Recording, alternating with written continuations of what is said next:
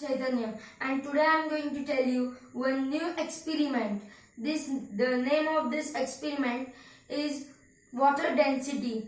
For this experiment I am needing 2 glasses of water, some salt and one potato. Medium size potato I have took here. In this experiment I am going to show you how the water density is. So I have took this potato and put it in one jar. The potato goes in the water and sinks.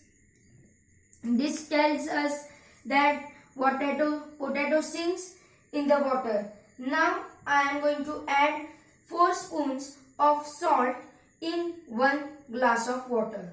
1,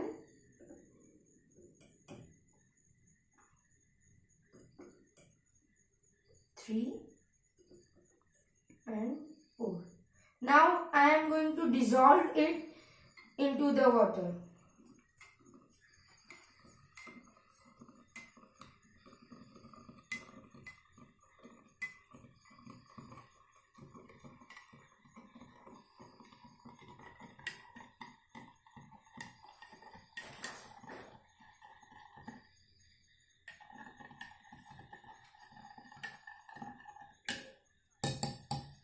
After dissolving the salt completely, now I am going to add put this potato into the water. See that the potato does not sink, it floats. The reason behind this is that the density of normal water was less than this potato. When I add the salt into the water, the density of water increased than this potato. That's why potato increase. That's why potato float. This tells us that the things which are less weighted than the water density always float on the water, and things which have more density than water that always sink in the water.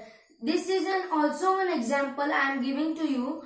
When we swim in a well or in sweet water lake, we need more force to swim. And when we swim in sea, we need less force because of the salt in the sea. Salt increase the density of water in the sea. This helps us to swim fast and quickly with less force in the sea. Thank you.